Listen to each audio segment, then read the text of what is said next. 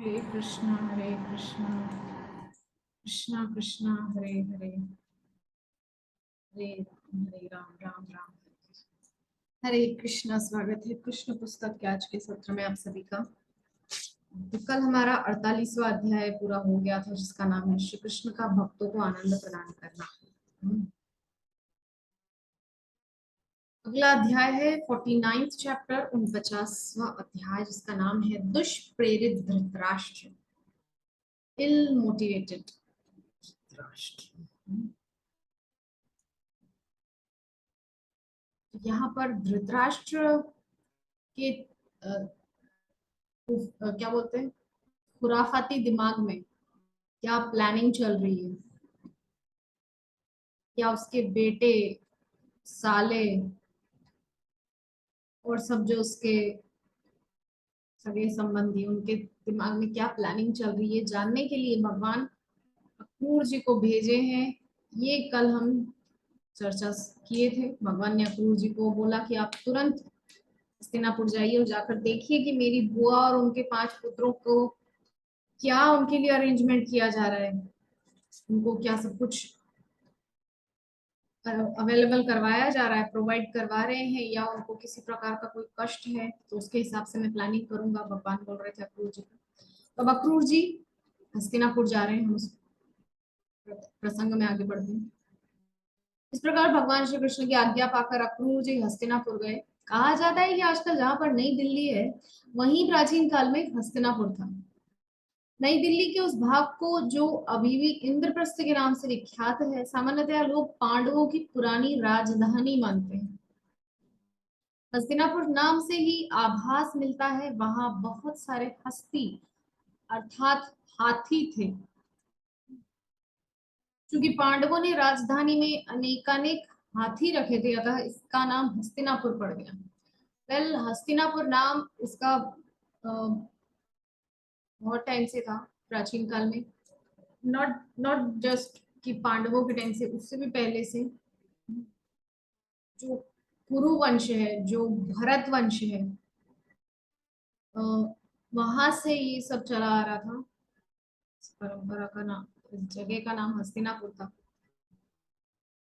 तो कह रहे हैं यहाँ पर कि जो अभी के समय में जो दिल्ली है, मैं नई दिल्ली नहीं बोल रही हूँ, जो दिल्ली है वो पहले हस्तिनापुर था। और जो नई दिल्ली है, जो न्यू दिल्ली है, न्यू दिल्ली में आज भी एक स्थान है जिसका नाम है इंद्रप्रस्थ। ये इंद्रप्रस्थ वही जगह जो हस्तिनापुर का ही एक भाग था। खांडव प्रस्थ नाम था जिसको श्री युधिष्ठिर जी महाराज ने अपने भाइयों और श्री कृष्ण की कृपा से उसको इंद्रप्रस्थ बना दिया। इतनी अद्भुत सुंदर नगरी मय दानव के हाथों से बनी। मय दानव कौन है? मय दानव जो है वो है रावण के ससुर जी, जहां तक मुझे याद है। क्योंकि जो मंदाकिनी है, सॉरी क्या नाम था, मंदोदरी, हाँ यही नाम था ना। जो मंदोदरी है रावण की पत्नी, वो मय दानव की बेटी है। हाँ, तो वही मय दानव बना करके दिए थे वो सुंदर महल। आर्किटेक्चर बहुत अच्छा था उसका, बहुत ही यूनिक था। जहां पानी होता था वहां ऐसा लगता था कि फर्श है, पैर रखने से डूब जाओगे। लग रहा है फर्श है, रिफ्लेक्शन हो रहा है फर्श का, लेकिन है पानी। तो पैर रखा तो छप छप छप छप पानी में एकदम से गिर गए। और जहां फर्श का आभास हो रहा है, जहां फर्श है ऐसा लग रहा है फर्श का रिफ्लेक्शन है वहां पर पानी। और जहां पर पानी का आभास हो रहा है कि यहाँ पर पानी होगा, वहां पर पता चल रहा है फर्श है।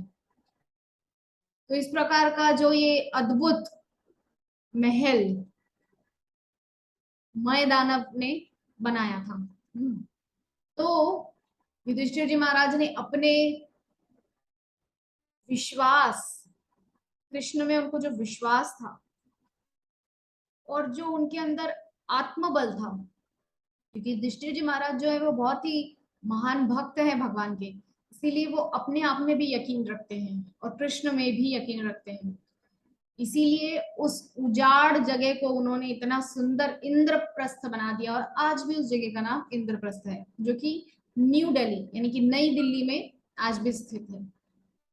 तो हस्तिनापुर को हस्तिनापुर क्यों कहा जाता है? बिकॉज ऐसा सुनते हैं कि वहां पर पहले के समय में, यानी कि भरतवंशी राजाओं ने बहुत सारे हाथी पाले थे, क्योंकि हाथी पर भी सेना जाती है ना, जो चतुरंगिणी सेना होती है, जो अक्षौहिणी सेना होती है, उस एक अक्षौहिणी सेना में हाथी पर बैठे हुए सैनिक भी होते हैं, घोड़े पर बैठे बैठे हुए भी होते हैं, रथ पर बैठे हुए रथिक भी होते हैं, और इसके अलावा पैदल वाले भी होते हैं सैनिक। तो सब मिलाकर के चतुरंगिणी सेना बनती है। 4 प्रकार की सेना, पैदल, रथ पे, हाथी पे और घोड़ों पे। इस प्रकार से सेना का बल बढ़ाने के लिए बहुत सारे हाथियों का पालन भरतवंशी राजा करते थे, जिसके कारण उस जगह का नाम हस्तिनापुर पड़ा। तो अब ये तो बहुत ही कॉमन सेंस की बात है कि हाथी जो है उसको पालना कोई बहुत सरल बात नहीं है। हाथी कितना विशाल काय होता है, such a huge giant body of elephant. बहुत विशाल का शरीर होता है हाथी का, तो उसको टेक केयर करने के लिए, उसके मेंटेनेंस के लिए 4-5 आदमी लगते हैं एक हाथी के लिए, जो उसके खाने की व्यवस्था करे, एक उसको जो नहलाए, एक उसका महावत होता है जो उसको कंट्रोल करता है, उसकी कंट्रोलिंग के लिए होता है। हाँ, तो नहलाने के लिए एक आदमी से 2 आदमी लगते हैं एक हाथी को नहलाने में, बड़ा सारा होता है ना।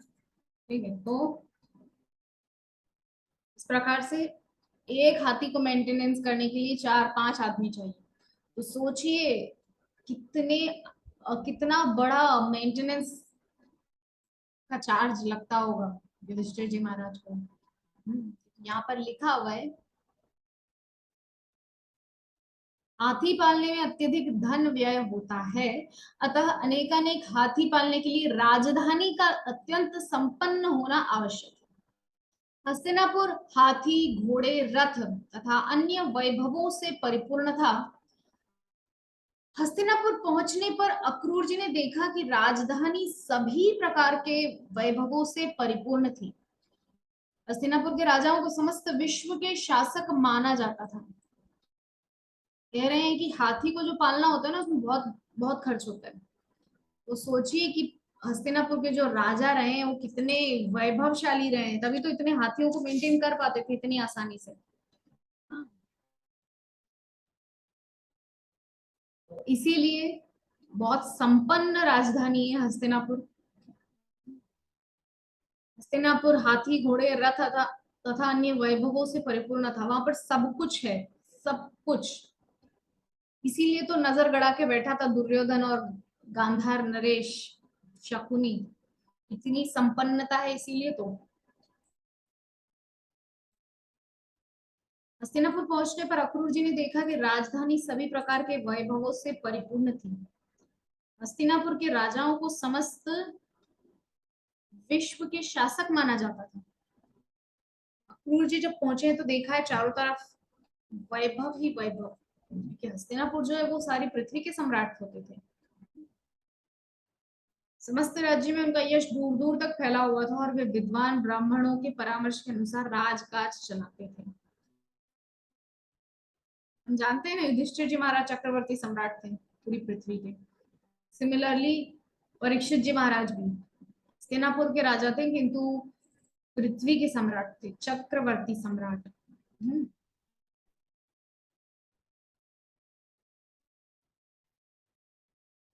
वैभवपूर्ण राजधानी को देखने के पश्चात अक्रूर जी ने राजा धृतराष्ट्र से भेंट की। उन्होंने राजा के साथ बैठे हुए भीष्म पितामह के भी दर्शन किए। उनसे मिलने के पश्चात वे विदुर जी तथा अपनी बहन कुंती के दर्शनार्थ गए।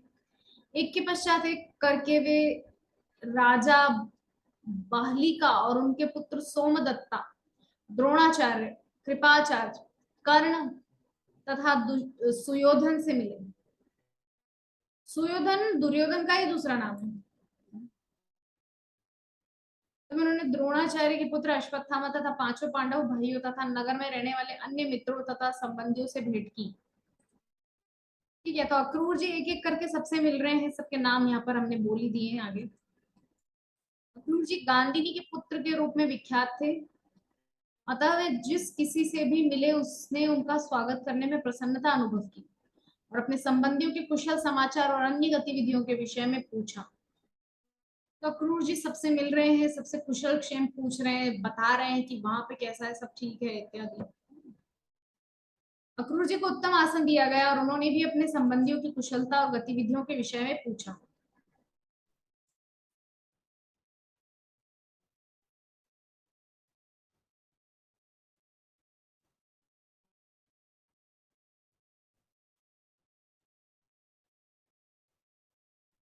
तो अक्रूर जी जब पहुंचे हैं, उनको एक बहुत सुंदर आसन दिया गया है और उन्होंने भी अपने संबंधियों की कुशलता और गतिविधियों के विषय में पूछा। तो सब मतलब आपस में चर्चाएं हो रही है कि आपके घर में सब कुशल मंगल है या नहीं, यहाँ पर सब कुशल मंगल है या नहीं। अक्रूर जी बता रहे हैं जहां से मैं आ रहा हूँ वहां पे सब कुशल मंगल है इत्यादि वगैरह वगैरह। अभी जरासंध का हमला नहीं हुआ है ना, इसीलिए तो जरासंध का हमला होने वाला है अगले या इसके अगले चैप्टर में 50।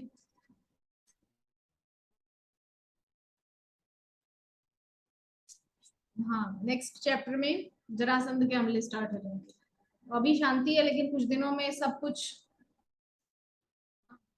तो चूंकि अक्रूर श्री कृष्ण ने अक्रूर जी को हस्तिनापुर भेजा था, अतएव यह समझना चाहिए कि वे कूटनीतिक स्थिति का अध्ययन करने में अत्यंत बुद्धिमान थे। लेकिन भगवान ने जानबूझ के भेजा अक्रूर जी को, क्योंकि अक्रूर जी ही काबिल थे इस सब के, पता करे कि वहां क्या चल रहा है, कोई कूटनीति चल रही है, कोई छुपी हुई राजनीति चल रही है, या क्या चल रहा है, पता कीजिए। तो राजा पांडु की मृत्यु के उपरांत पांडु के पुत्रों की उपस्थिति के बावजूद धृतराष्ट्र विधान के विरुद्ध सिंहासन पर बैठे हुए थे, क्योंकि पांडु स्वयं बिठा करके गए थे बड़े भैया को कि ठीक है आप बैठिए कुछ दिन। अब जब उनका बेटा आ गया पांडु का, तो बेटे को बिठाना चाहिए, लेकिन खुद ही नहीं छोड़ रहे हैं कुर्सी। ये कुर्सी ऐसी होती है, कुर्सी पे एक बार जब कोई बैठ जाए ना तो उठने की इच्छा नहीं होती। हम अपने नॉर्मल जीवन में भी देखते हैं, हम कहीं जाए किसी फंक्शन में तो लोग कुर्सी नहीं छोड़ते, अरे हमारी कुर्सी है। अरे बस ट्रेन में लोग अपनी सीट नहीं छोड़ते, ये तो हमारी सीट है। लेकिन कितने टाइम के लिए, 2 घंटे 3 घंटे, अरे बहुत हुआ तो 24-25 घंटे की जर्नी, 48 घंटे की जर्नी, कितने घंटे की जर्नी है। आखिरकार तो सीट छोड़ना ही पड़ती है, लेकिन मनस्थिति वैसी हो गई है ना। अक्रूर जी अच्छी तरह समझ गए थे कि दुष्प्रेरित धृतराष्ट्र का अपने पुत्रों के पक्ष में अधिक झुकाव है। वस्तुतः धृतराष्ट्र ने पहले से ही राज्य को हथिया लिया था, अब वे पांडवों का सफाया करने के लिए छल कपट कर रहे थे। पहले तो ले लिया उनसे सब कुछ छल के माध्यम से, अब पुनः उनको उसी में फंसाना चाह रहे थे। वो क्या है, वो जुआ। पांडवों को जुए में फंसाने की कोशिश की, पता नहीं क्या क्या षड्यंत्र किए हैं इन कौरवों ने। लेकिन कृष्ण उनके समर्थन में है ना, इसलिए उनको किसी की चिंता नहीं है। सारी दुनिया रूठे पर तू ना रूठा चाहिए, सारी दुनिया रूठ जाए पर आप नहीं रूठना कन्हैया।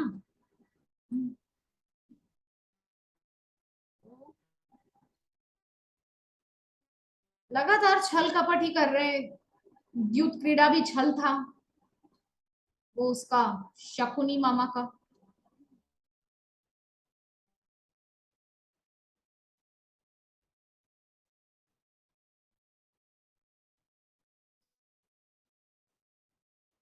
अक्रूर जी ने जब सब कैलकुलेशन कर लिया दिमाग में कि यहाँ पर ये चल रहा है, इसके साथ ऐसा हो रहा है, ये ऐसा कर रहा है, वो वैसा कर रहा है, इसकी ऐसी मानसिकता है, ये सब कुछ हड़पना चाहता है, ये सब कोई दान करना चाहता है, इस प्रकार से सारा कुछ कैलकुलेट करके अक्रूर जी ने निश्चय किया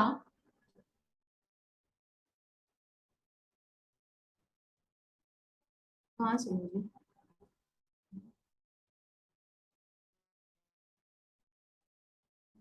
अक्रूर जी ने राजनीतिक स्थिति जो थी उसको देख करके उन्होंने निश्चय किया कि मुझे कुछ टाइम और यहाँ रुक जाना चाहिए, तो अक्रूर जी रुक गए। धीरे धीरे कुंती और विदुर से अक्रूर जी को ज्ञात हुआ कि पांचों पांडव सैन्य विज्ञान में असाधारण रूप से दक्ष थे।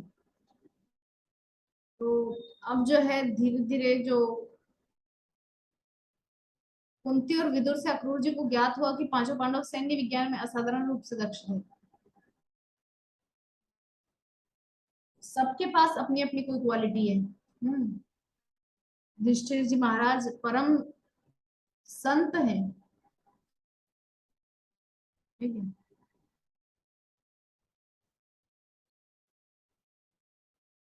और उनकी शारीरिक शक्ति भी अत्यधिक विकसित थी। इसी वीर के कारण राजकुमार भी वर्चस्व थे। चला गया।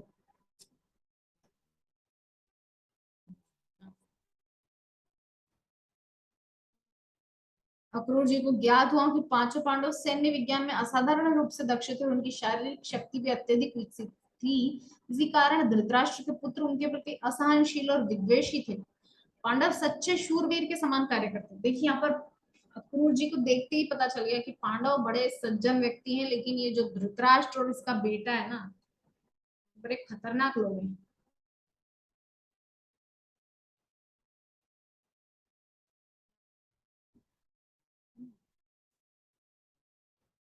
ईर्ष्यालु हैं।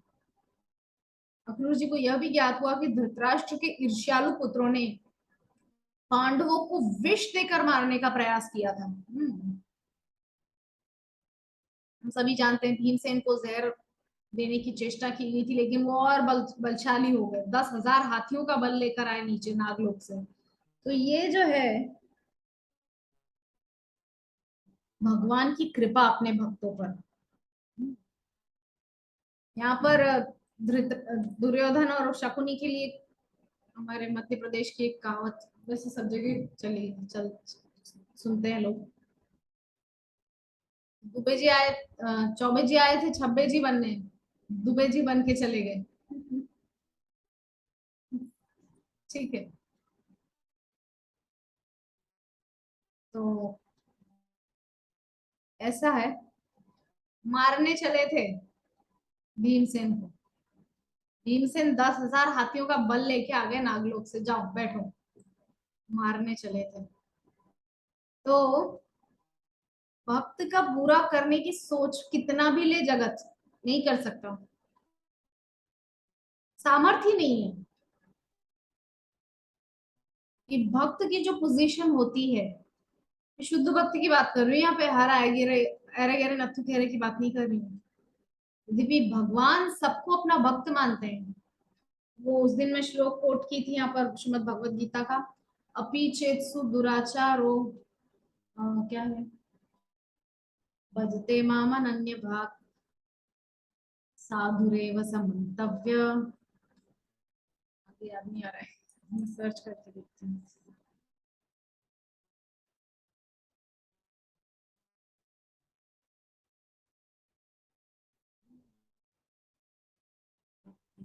चेतसु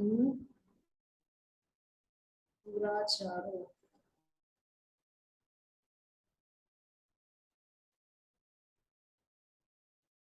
भगवत गीता 9:30। भगवद गीता के 9वें अध्याय का 30वां श्लोक है, अपि चेत सुदुराचारो भजते मामन अन्य भाग साधुरेव समन्तव्य सम्यक व्यवसितो ही सह। भगवान कह रहे हैं कि मेरा भक्त दुराचारी से दुराचारी क्यों ना बन जाए। भजते माम अनन्य भाग, जो मुझे अनन्य रूप से भजते हैं। साधुरेव समन्तव्य, उनको मैं साधु मानता हूं, मेरे मंतव्य से मेरी दृष्टि में वो साधु हैं। इसीलिए जो भगवान का भक्त है होता है ना, वो कितना भी वो हो जाए, क्या बोलते हैं, डिमोशन हो जाए, उसका प्रमोशन की बजाय डिमोट हो जाए वो, फिर भी भगवान उसको अपना भक्त मानते हैं। साधु रे वैसे मंतव्य, भगवान उसको साधु मानते हैं, अच्छा मनुष्य मानते हैं। तो भीमसेन और ये तो भगवान के फिर भी लाडले भक्त हैं। इनके लिए तो भगवान क्या कुछ नहीं किए हैं, बोलिए ना। अब खुद सोचिए, भगवान सारथी बन गए अर्जुन के। सारथी को कैसे ट्रीट किया जाता है हम सभी जानते हैं, कंधे पर दोनों पांव होते हैं रथिक के, और रथिक जब जिस दिशा में जाने के लिए बोलना चाहता है तो उस कंधे पर अपने पैर को जोर जोर से मारता है। उससे सारथी समझ जाता है कि इस दिशा में जाना है या इस दिशा में जाना है या सीधा जाना है। ठीक है। तो ऐसे भक्तों के लिए भगवान मतलब विष देकर मारने का प्रयास किया, और क्या क्या नहीं किया है भगवान के भक्तों के साथ। अक्रूर जी कुंती के चचेरे भाई थे, अतः उनसे मिलने के बाद कुंती ने अपने पैतृक संबंधियों के विषय में पूछना आरंभ किया।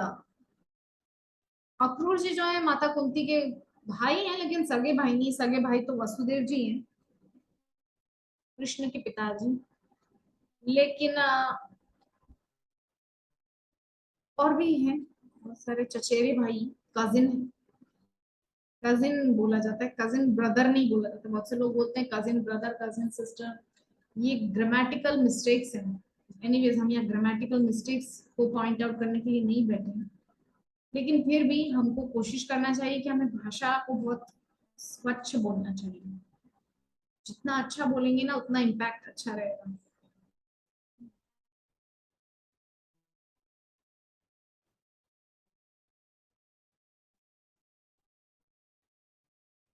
अपनी जन्मभूमि का स्मरण करके उनके नेत्र अश्रुपूर्ण हो गए।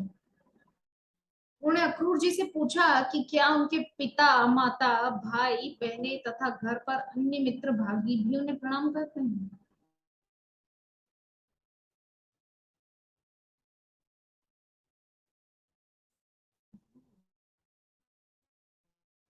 उन्होंने विशेष रूप से अपने यशस्वी भतीजों श्री कृष्ण तथा बलराम जी के विषय में पूछा।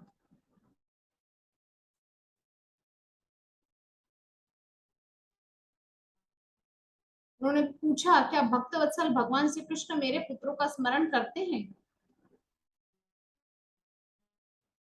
जब भगवान ऐसे लोगों को जो अपीचेत्सु दुराचारो, ऐसे दुराचारियों को भगवान अपना बना लेते हैं, फिर हम तो उनके शरणागत हैं।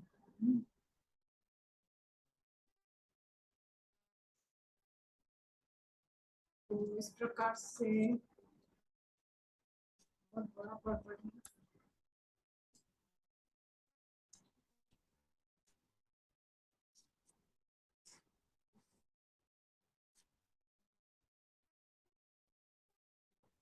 तो आगे लिखा है, अपने अंतःकरण में कुंती को अपनी स्थिति सिंहों से घिरी हुई हिरानी हिरनी के समान प्रतीत हो रही थी।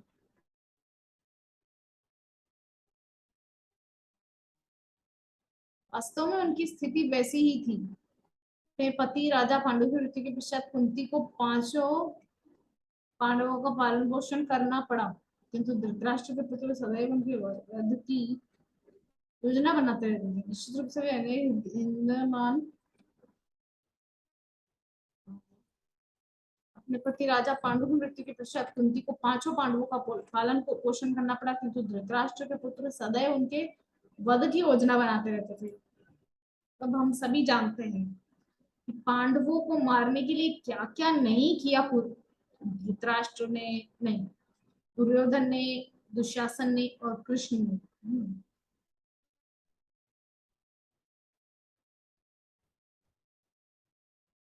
किंतु धृतराष्ट्र के पुत्र सदैव उनके वध की योजना बनाते रहते थे। निश्चित रूप से वह अनेक सिंगों से घिरे हुए भोले भाले पशु के समान रह रही थी।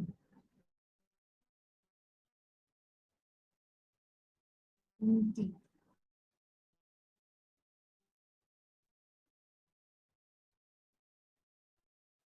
हाँ चल गया।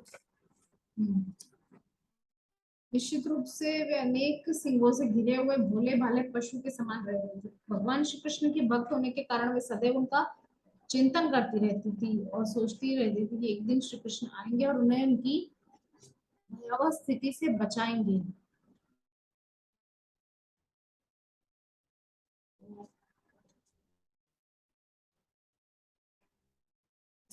के साथ आज के सत्र को हम यही विश्राम देंगे।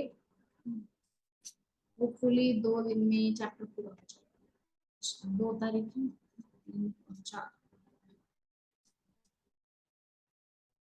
तो बचे हुए जो भाग है उस पर हम अगली चर्चा में उस पर थोड़ा चिंतन करेंगे। हरे कृष्णा।